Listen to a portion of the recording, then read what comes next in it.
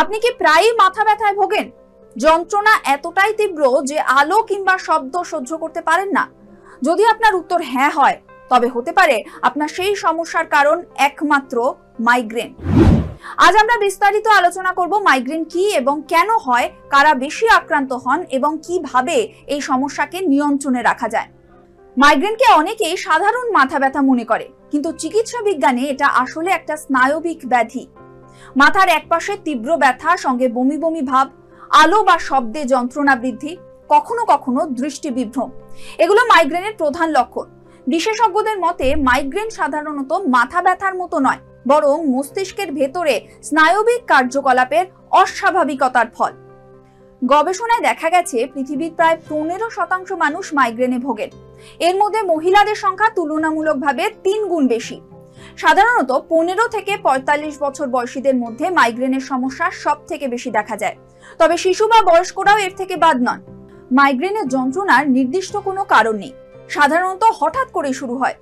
অনিদ্রা, মানসিক চাপ, দীর্ঘ সময় না খেয়ে থাকা, চকলেট বা ক্যাফিন জাতীয় খাবার খাওয়া, আবহাওয়ার পরিবর্তন, এইসব কারণে এই ব্যথা উস্কে উঠতে পারে। সাধারণত মাথার একপাশে তীব্র ব্যথা হয়, তবে কারো কারো ক্ষেত্রে সেই ব্যথা মাথার দুপাশ থেকে ছড়িয়ে পড়ে, কখনো কখনো তা কাঁধ পর্যন্ত চলে যায়। কখনো চোখের চারপাশ বা মাথার পেছন দিকেও অসহনীয় ব্যথা অনুভূত হয়। তবে চিকিৎসা বিজ্ঞানে মাইগ্রেনের সঠিক কারণ এখনো পুরোপুরি জানা যায়নি।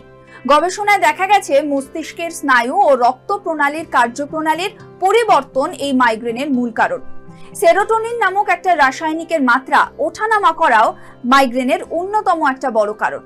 পাশাপাশি বংশগত কারণেও এই মাইগ্রেন হতে পারে। ধরুন, পরিবারের কারোর যদি মাইগ্রেন থাকে, তাহলে মাইগ্রেন আক্রান্ত হওয়ার সম্ভাবনা বেড়ে যায়। তবে আপনার মাইগ্রেন হচ্ছে আপনি বুঝবেন কিভাবে? মাইগ্রেনের প্রধান উপসর্গ হলো তীব্র মাথা ব্যথা, তবে এর পাশাপাশি থাকবে বমি বমি ভাব, মাথা ঘোরা, আলো ও শব্দ সহ্য করতে না পারা, ঝাপসা দেখা, এমনকি অস্থায়ী দৃষ্টিভ্রমও হতে পারে। অনেক সময় মাথা ব্যথা শুরু হওয়ার আগে চোখের সামনে আলো বা ঝলকানির মতো অদ্ভুত একটা অনুভূতিও হয়, এটাকে বলা হয় অরা।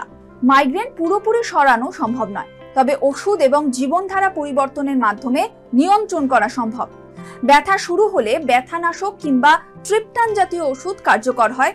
যদি মাইগ্রেন বারবার ফিরে আসে, তবে চিকিৎসকের পরামর্শ নেওয়া বাধ্যতামূলক আর প্রতিরোধমূলক ওষুধ নিতে হয়।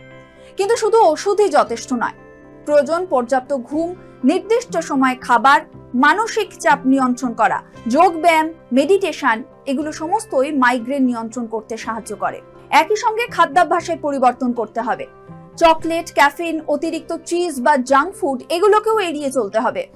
আপনি যদি মাইগ্রেনে ভুগে থাকেন, তবে একটা হেডেক ডায়েরি বা মাইগ্রেন হিটিং ডায়েরি আপনি মেনটেন করতে পারেন, যাতে কখন ব্যথা হচ্ছে, কি খাবার খেলেন, কত ঘন্টা ঘুমোলেন, এই সমস্ত নোট করতে পারেন। তাহলে আপনি আপনার ট্রিগার পয়েন্ট চিহ্নিত করতে পারবেন। যতটা সম্ভব নিয়ম মেনে চলুন, জল পর্যাপ্ত পরিমাণে খান, স্ক্রিনের সামনে অতিরিক্ত সময় কাটাবেন না। মাইগ্রেন হয়তো পুরোপুরি সারানো সম্ভব নয়, তবে নিয়ন্ত্রণে রাখা অবশ্যই সম্ভব। সচেতনতা, সঠিক চিকিৎসা, জীবনযাত্রার পরিবর্তন এর প্রধান অস্ত্র। তাই যদি বারবার মাথা ব্যথায় ভোগেন, বারবার মাইগ্রেন ফিরে আসে, তাকে অবহেলা করবেন না। অবশ্যই চিকিৎসকের পরামর্শ নিন, কারণ মাইগ্রেন অন্যান্য সাধারণ মাথা ব্যথার মতো নয়। এটা কখনো কখনো শরীরের অন্য বড় সমস্যারও সংকেত হতে পারে। মাথা ব্যথাকে কখনোই হালকাভাবে দেখবেন না, হয়তো এর পেছনেই লুকিয়ে আছে আপনার নীরব কোনো শত্রু।